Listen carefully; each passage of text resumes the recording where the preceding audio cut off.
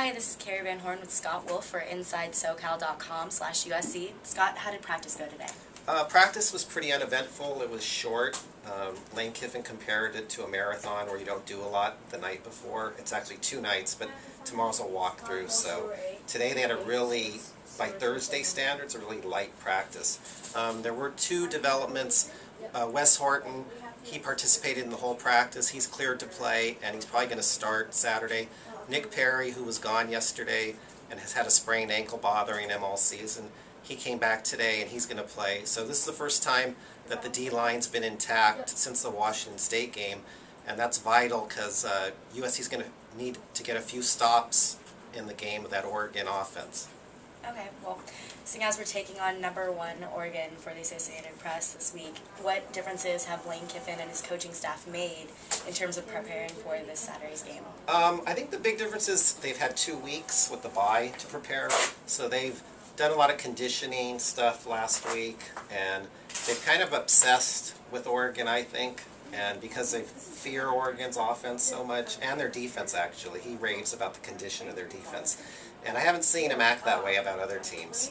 They usually take each game at a time and everything, but this time he's really making a lot of Oregon and the opponent, and I don't think he's lying about it. In the past, I would say he lied about some games, Minnesota, for example, saying the team is better than they are, but I think he really is worried about how good and explosive Oregon is.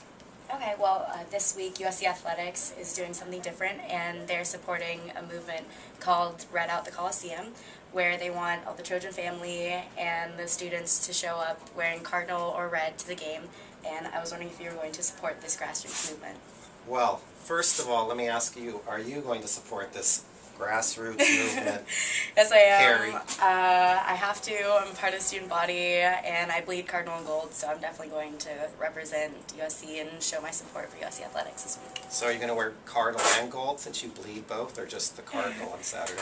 Predominantly cardinal, but there will probably be some gold thread in there somewhere. Okay. Well, this is your first, actually this is the second time we've done a video. So how long have you been a USC fan, just so our viewers, not readers, our viewers will know? How long have you been a USC fan?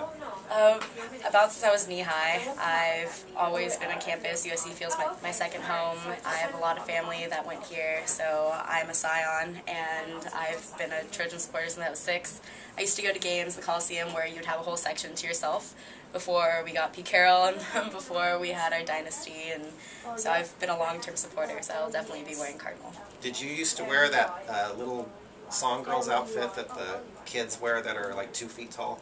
I can definitely admit that I was one of them, walking around with pom-pom in each hand. Definitely.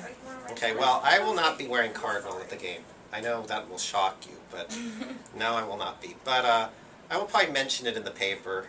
I think I mentioned it on Twitter already about the red out, so, you know. I'd like to see you be a rebel and tell me you're going to wear white or something, but I guess you're a conformist, so that's okay. I understand. You don't want to stir trouble at the Coliseum. Well, I don't think that my friends would be very happy with me, seeing as we all game planned matching outfits, so everybody's going to show up wearing cardinal, and I love USC Athletics, so I'll definitely be supporting them. And where are you going to sit? Do you know where you're going to end up sitting at the game? It depends how early I arrive. Usually a bunch of my friends get the sun deck right out in front, right underneath the goalpost, so I'll probably be right there in the middle of it all. Oh, near Arthur Bartner. Right next to the band, right in front of them, yes. Well, that doesn't sound like fun to me, but I think it's going to be fun for you. Well, I hope it'll be a lot of fun. Okay, enough about the red out. I think we're bored talking about that. Tell me who you think is going to win on Saturday. I would have to say USC. Every game I'm a true USC supporter, so I'd have to say USC. Can't say much for the spread, but definitely USC. I hope that we take it away, and by the time that the fourth quarter torch lights up, that the ball will be in our possession, and we'll be marching down the field to. And what's the score going to be? Score, hopefully it'll be a really close game. I don't really want to see a blowout, seeing as we're playing the #1 team, but if we do blow them out, I wouldn't mind, but maybe 35-27, USC. Okay. That's kind of a low-scoring game.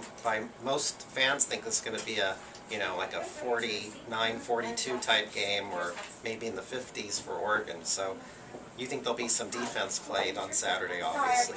Well, I'm putting a lot of hope and prayer into our secondary for this weekend, so I'm hoping that they can stop them. Okay, well, I am not going to predict the score because I think your score should be the one everyone remembers. I'll predict one on my blog Friday. Okay, sounds good. Well, I guess this will wrap it up. Go ahead and check out the Twitter page again. This is Carrie Van Horn, Scott Wolf. See you guys.